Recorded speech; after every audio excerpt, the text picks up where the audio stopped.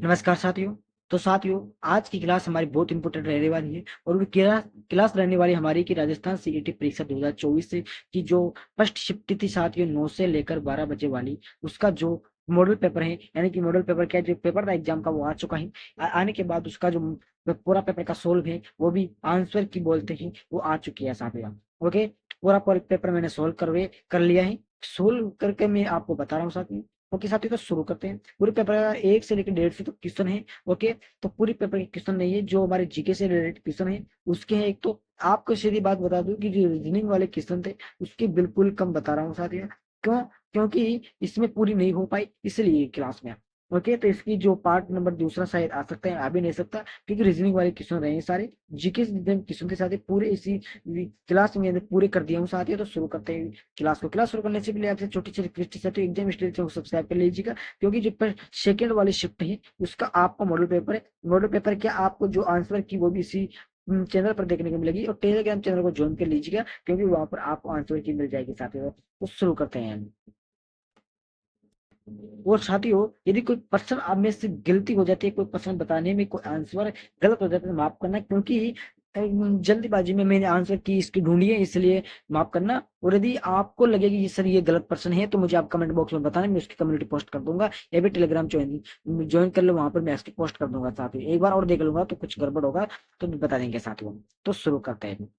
Okay, तो पहला question है साथियों कि इसमें कि रानीगंज कोलफील्ड में स्थित है। क्या है कि रानीगंज कोलफील्ड कहाँ पर स्थित है, कौन से राज्य, कौन से कौन कहाँ पर स्थित है? तो पश्चिम बंगाल, इसका आंसर हो जाएगा पश्चिम बंगाल। बिल्कुल करेक्ट और आंसर हो जाएगा साथियों, बिल्कुल हो गया। अगला दूसरा नंबर क्वेश्चन है साथियों हमारे पास कि निम्नलिखित कथनों में से कौन सा प्रश्न खेतड़ी ग्राम शोधन संयंत्र के संदर्भ में सही नहीं है? एक बात और बता दूं साथियों आपको, आप सोचेंगे ये प्रश्न तो हमारे है ही नहीं, यानी कि के हमने हमारे पता नहीं किससे प्रश्न पे मॉड्यूल पेपर, तो साथियों सभी के अलग अलग प्रश्न है। पहला प्रश्न है तो किसी के पहला प्रश्न 15वीं में आया है। इस प्रकार से सभी अलग अलग क्वेश्चन है। अलग अलग कहने का मतलब है कि अलग अलग पॉइंटों के अंदर दिया गया है साथियों, लेकिन मॉडल पेपर एक ही है सभी के। राजस्थान के अंदर जितने भी मॉडल पेपर है सभी एक दिया गया है साथियों। क्लियर है? तो हमारा दूसरा क्वेश्चन है कि निम्नलिखित कथनों में से कौन सा कथन खेतड़ी ग्राम शोधन संयंत्र के संदर्भ में सही नहीं है? कौन से खेतड़ी ग्राम शोधन उसके संदर्भ में, उनके संदर्भ में सही नहीं है? तो इसका आंसर हो जाएगा आपके सामने सी, कि यह एक एकीकृत तांबा खनन सह अयस्क शोधन संयंत्र है। क्लियर है? ओके, क्या यह एक एकीकृत तांबा खनन सह अयस्क शोधन है। यदि किसी प्रश्न का गलत आंसर दिया जाए मेरे द्वारा तो कमेंट बॉक्स में जरूर बताइएगा साथियों। निम्नलिखित में से कौन सी खारे पानी की मछली है? निम्नलिखित में से कौन सी खारे पानी की मछली है साथियों? तो इसके आंसर हो जाएगा डी, पोम्पेना। कौन सी मछली है? पोम्पेन हो जाएगा साथियों। अगला चौथा क्वेश्चन है आपके सामने, तो चौथा हमारा रीजनिंग तक क्वेश्चन है रिलेटेड, तो इसका मैं नहीं बता पाया। ओके, तो पांचवा भी रीजनिंग वाला है, छठा भी रीजनिंग वाला है साथियों। ओके, अब डायरेक्ट हम आते हैं सातवें, आठवां रीजनिंग वाले हैं, बी देखेंगे डायरेक्ट। कहने का मतलब है नौवा। तो नौवा है हमारे पास की इंदिरा गांधी नहर निम्न में से किन नदियों पर बनाए गए हैं? क्या है? इंदिरा गांधी नहर कौन सी नदी पर बनाए गए? साथियों सभी को पता है कि ब्यास और सतलुज नदी के किनारे उस नदी को बनाया गया है। अगला 10वां क्वेश्चन देखेंगे साथियों कि राजस्थान राज्य भारत में कुल ऊन उत्पाद का लगभग कितना प्रतिशत है? कि जो राजस्थान राज्य है साथियों वो ऊन का उत्पाद कितने प्रतिशत में करता है? यानी कि राजस्थान में ऊन का उत्पादन कितने प्रतिशत में किया जाता है? तो लगभग राजस्थान के अंदर किया जाता है साथियों, तो उसमें भी आ जाएगा 30% के अंदर राजस्थान ऊन उत्पादन किया जाता है कि होता है। अगला क्वेश्चन 11वां हमारे पास की 11वां क्वेश्चन पूछा गया कि मेजर शैतान सिंह भारतीय सेना की किस रेजिमेंट के थे? जो मेजर शैतान सिंह है वो भारत की ऐसी कौन सी रेजिमेंट, अलग अलग रेजिमेंट होती है, Madras regiment, Kumaon regiment, Dogra regiment, Bihar regiment, Rajasthan, इस प्रकार की जो भी रेजिमेंट है उनमें से कौन सी रेजिमेंट के उनके सेना में थे साथियों? तो इसका आंसर हो जाएगा आपके सामने बी वाले कुमाऊं रेजिमेंट के अंतर्गत थे साथियों। इसके अंतर्गत कुमाऊं रेजिमेंट है, उसके उसके अंदर वो शामिल थे मेरे प्यारे साथियों। क्लियर हो आप? अगला 12वां क्वेश्चन देखेंगे मेरे प्यारे साथियों। 11वां क्वेश्चन हमारे पास है कि नीचे दिए दो कथन दिए गए, उनमें से आपको सही और गलत आंसर देना है कि कौन सा सही है कौन सा गलत है। तो पहला कथन है आपके सामने कि आजादी से पहले राजस्थान को कृषि आंदोलन का नेतृत्व ढेर किसानों ने किया था। ओके, तो ये आपके सामने सही है क्या? देखा देखते हैं कौन सा क्वेश्चन है, 12वां क्वेश्चन है। तो 12वां ये बिल्कुल आपके सामने गलत हो जाएगा साथी। ओके, नहीं नहीं बिल्कुल सही है साथियों, ये आजादी से पहले राजस्थान के कृषि आंदोलन का नेतृत्व किसानों ने किया था, बिल्कुल से गंगाकर क्षेत्र के आंदोलन का नेतृत्व एक कम्युनिस्ट नेता वाई एन हांडा के द्वारा किया गया था। तो बिल्कुल इसमें ए हो जाएगा। कथन एक सही है लेकिन कथन सेकंड गलत है। यदि सही हो गलत मुझे बताना जरूर कमेंट बॉक्स में कि सही है या गलत है, क्योंकि थोड़ा जल्दीबाजी में आंसर के ढूंढने लगे ना कि, तो इसलिए अगला है प्रसिद्ध सेला पास कहाँ स्थित है जो तवांग की सड़क से जुड़ता है। प्रसिद्ध सेना पास कहाँ पर स्थित है जो तवांग की सड़कों से जुड़ता है साथियों। तो इसका आंसर हो जाएगा आपके सामने अरुणाचल प्रदेश। कौन सा सी वाला हो जाएगा आपके अरुणाचल प्रदेश के अंतर्गत हो जाएगा। अब अगला 14 क्वेश्चन देखेंगे साथियों हम कि जब सरकार उसके द्वारा संग्रहित राज्यों के बराबर राशि व्यय करती है तो इसे क्या कहा जाता है। इसको जूम कर लेते हैं साथियों इसको, कि इसमें क्या पूछा है, जब सरकार उसके द्वारा संग्रहित राजस्व के बराबर राशि व्यय करती है, खर्च करती है, तो उसे क्या कहा जाता है मेरे प्यारे साथियों। तो 14 के अंदर आपके सामने हो जाएगा संतुलित बजट, क्योंकि संतुलित के अनुसार उसको बजट को पास करती है और उसको व्यय करती है प्यारे साथियों। अगला 15 क्वेश्चन है हमारे पास कि 15 क्वेश्चन हमारे पास है कि निम्नलिखित में से कौन रोजगार ब्याज एवं मुद्रा के सामान्य सिद्धांत पुस्तक के लेखक है, जिसे 20वीं शताब्दी यानी कि इस जो लेखक कौन सी ब्याज रोजगार ब्याज पुस्तक के सामान्य सिद्धांत, इस पुस्तक के लेखक का नाम बताना है आपको। तो इसके अंदर आपके सामने हो जाएगा 15वें के आंसर हो जाएगा डी। तो डी का नाम है जॉन जॉन मेनार्ड किन्स है। कौन है, जॉन मेनार्ड किन्स, इसका बिल्कुल करेक्ट आंसर हो जाएगा मेरे प्यारे साथियों। अगला 16 क्वेश्चन प्यारे साथियों कि निम्नलिखित में से किसे भारत में हरित क्रांति का जनक माना जाता है। निम्नलिखित में से किसे हरित क्रांति का जनक माना जाता है। आप सभी को पता है कि एस एस स्वामीनाथन हो जाएगा आपके सामने। कौन हो जाएगा, एस एस स्वामीनाथन। बहुत सारे बच्चों बहुत सारे साथियों ने क्या कर रहा है, हीरालाल सौदे कर रखा है, जो बिल्कुल गलत है साथियों। एस एस स्वामीनाथन कौन सी क्रांति के, हरित क्रांति होते हैं, उसका जो लेखक है वो अध्यक्ष है, वो जाएगा इसमें। 17 क्वेश्चन है कि स्वतंत्रता के समय भारत की कितनी प्रतिशत यानी आजादी के बाद भारत की कितनी प्रतिशत संख्या अपनी आजीविका यानी अपनी जो नित्य कर्म जो कृषि के लिए कार्य पर निर्भर आजीविका के खाने पीने के लिए कृषि पर निर्भर थे, कितनी प्रतिशत लगभग कितनी हिसाब से। तो 17 का आंसर हो जाएगा अपने डी। डी 75 लगभग, कितना हो जाएगा, डी लगभग हो जाएगा आपकी 75 के अंतर्गत साथी। 18 किसने प्रिय सका में कौन सा समास है, क्या है 18 में कि प्रिय सका में कौन सा समास है। तो द्वंद्व समास है। कौन सा, द्वंद्व है। क्लियर। गणेशा के उधम में उपसर्ग है, उधम में आपके सामने उद हो जाएगा। कौन सा उद, तो इसमें नहीं है तो इसमें हो जाएगा अनुत्तरित, अनुत्तरित प्रश्न हो जाएगा। क्लियर। बहुत सारे उद कर रखा है।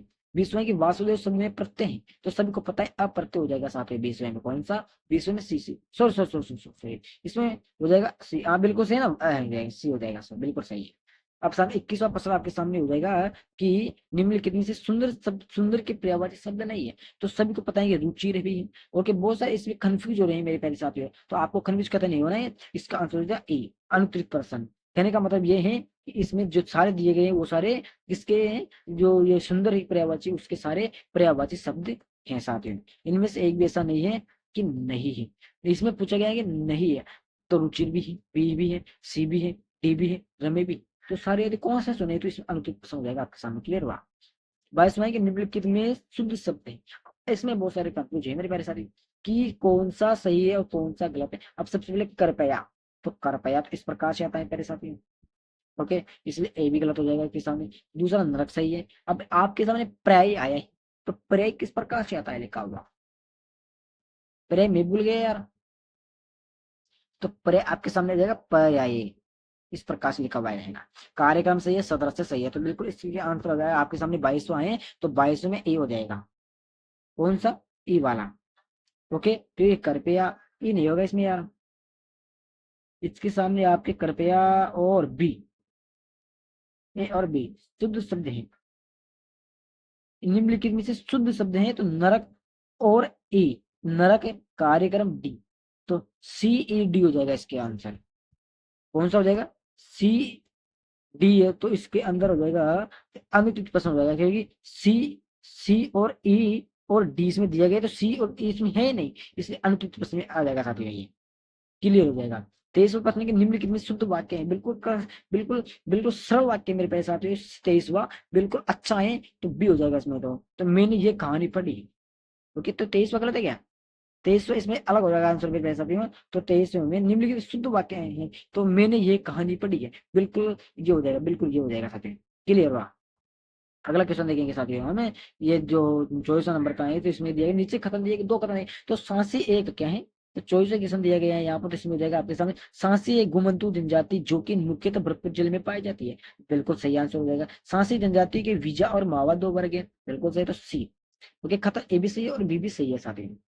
दो खतर फिर से दिए गए हैं कि चंबल परियोजना मध्य प्रदेश राज्य और संयुक्त परियोजना है।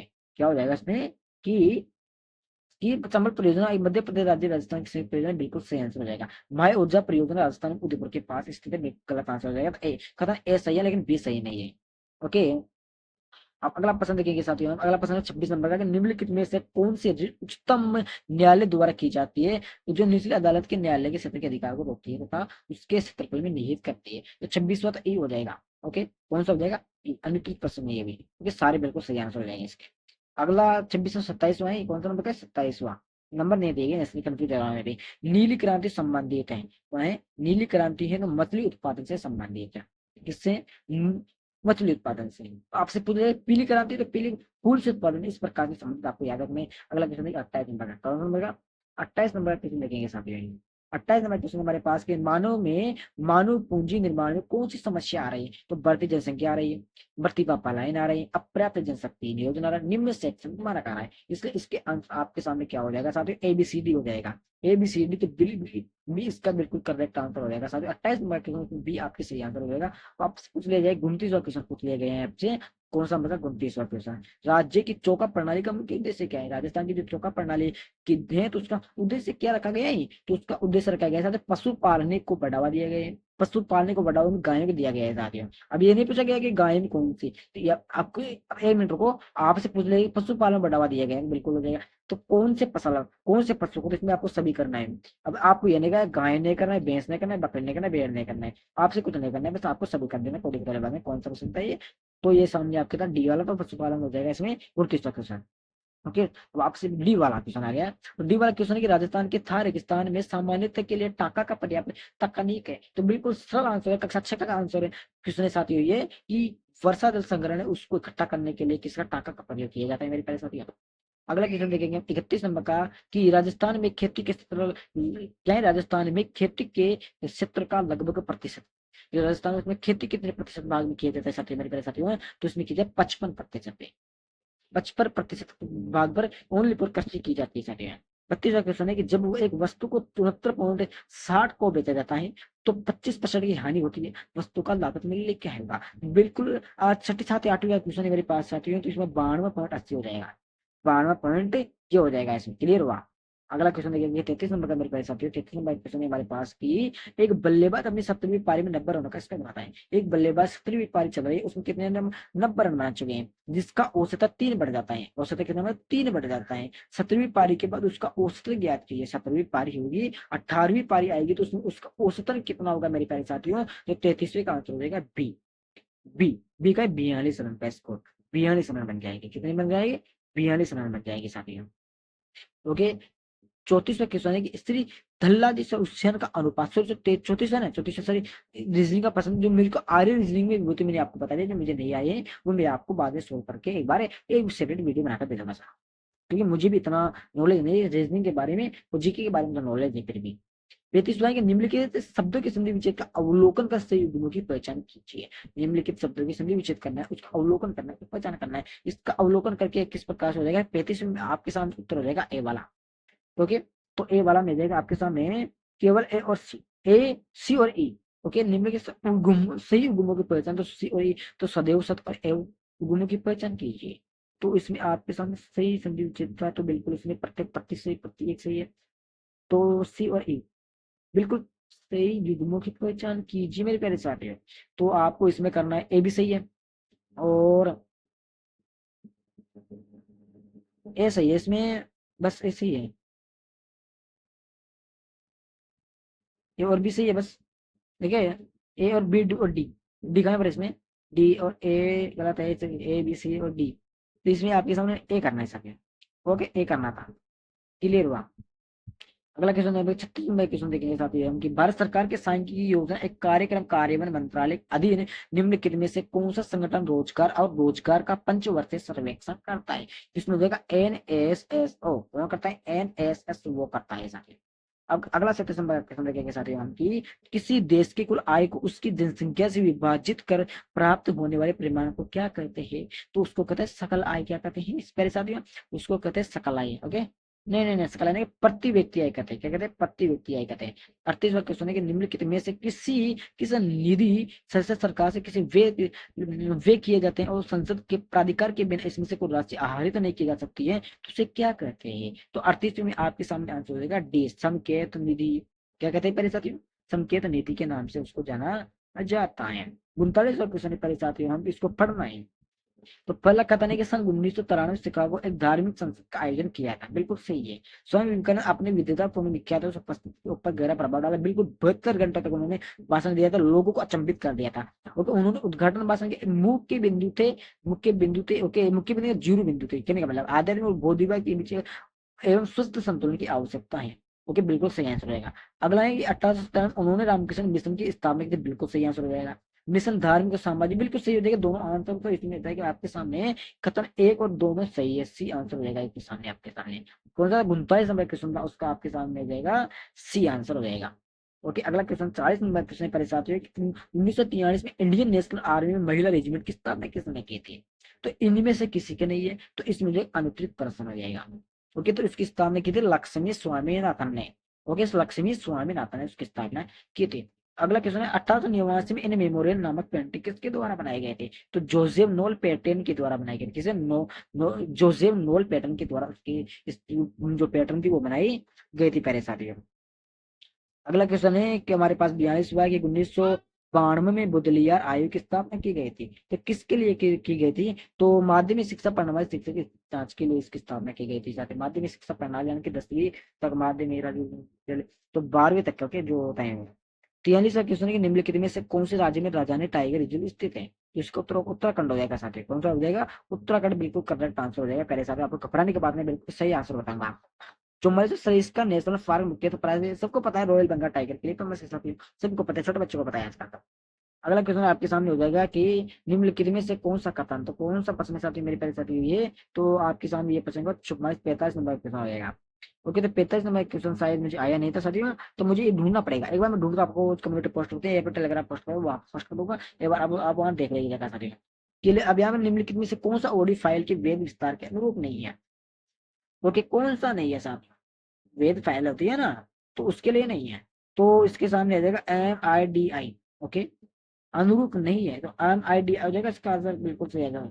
ओके, तो 46 नंबर क्वेश्चन है, तो साथियों उसका MID सिर्फ MP3 हो सकता है साथियों। एक बार इसका देख लेना कि नोट प्रोसेस, तो MID हो सकता है क्या? एक बार आप इसका आंसर देखना साथियों। रीजनिंग का पसंद है ना, सोचो कंप्यूटर का आ गया है। और यहाँ से लेकर अब 46 क्वेश्चन छोड़ दिया मैंने, क्योंकि वो सर अलग था क्वेश्चन, वो इसलिए मैंने छोड़ दिया। रीजनिंग का पसंद है ना वो।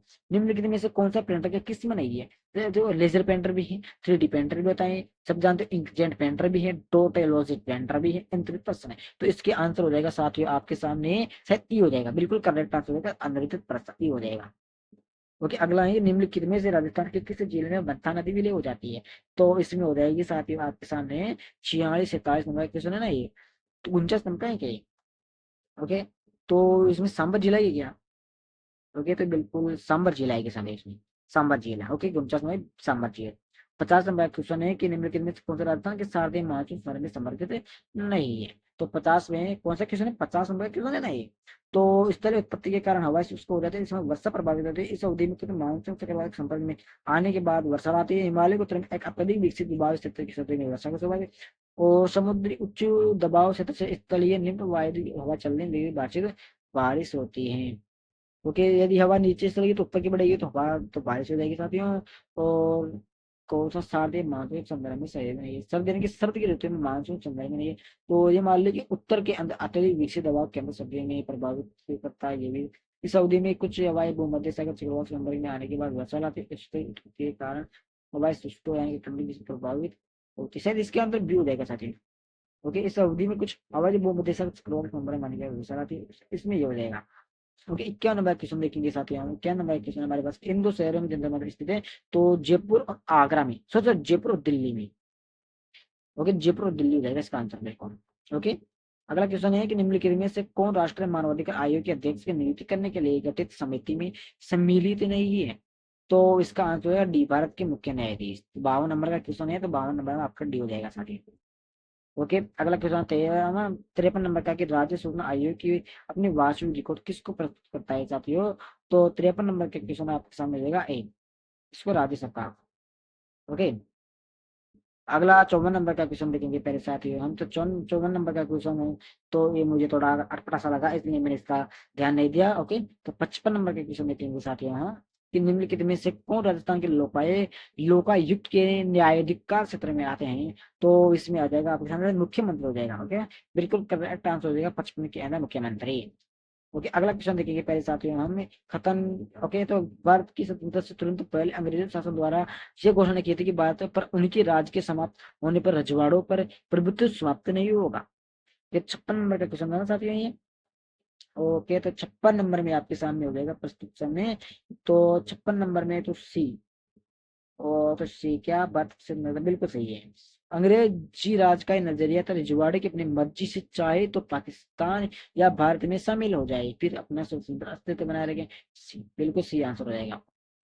ओके, अब 57 नंबर का क्वेश्चन पहले साथ ही हमारे पास है कि बेराट जयपुर जिले में स्थित है। ओके, बिल्कुल सही। ये विभिन्न युगों के दौरान एक बहुत से विकसित स्थान रखते हैं, बिल्कुल है।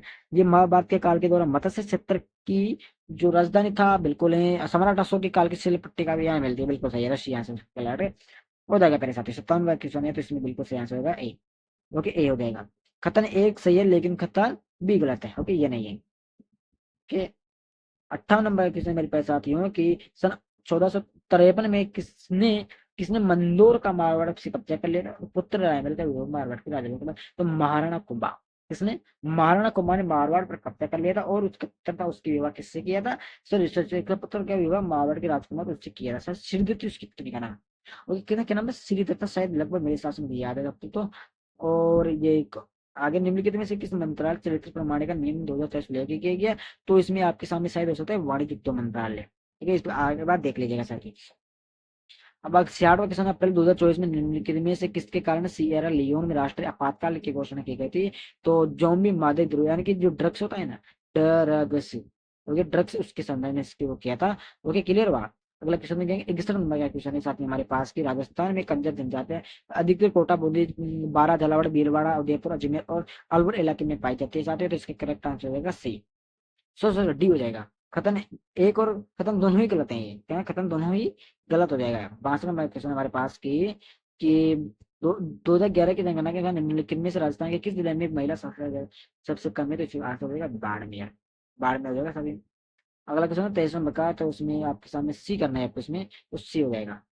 ओके, अगला क्वेश्चन है 64 नंबर का, तो 64 नंबर का आगे की है। तो ये शायद आप में जो ये तो अर्थशास्त्र क्वेश्चन है, तो मुझे आया नहीं, आया सकते हैं। 65 नंबर क्वेश्चन हमारे पास है कि उपभोक्ता द्वारा कंप्यूटर पर निष्पादित किए जाने वाले विशिष्ट कार्यों में प्रयोग किए जाने वाले सॉफ्टवेयर का क्या नाम है? तो एप्लीकेशन सॉफ्टवेयर का क्या आंसर है? हो जाएगा साथियों, बिल्कुल हो गया। तो हमारे पूरे 65 क्वेश्चन कंप्लीट हो चुके हैं साथियों। लगभग 60 क्वेश्चन कंप्लीट हो चुके हैं। जो बच्चे क्वेश्चन है शायद उसको देख लेंगे, या तो फिर आपको बड़ा पेपर के द्वारा देख लीजिए। ओके साथियों, जय हिंद, जय भारत।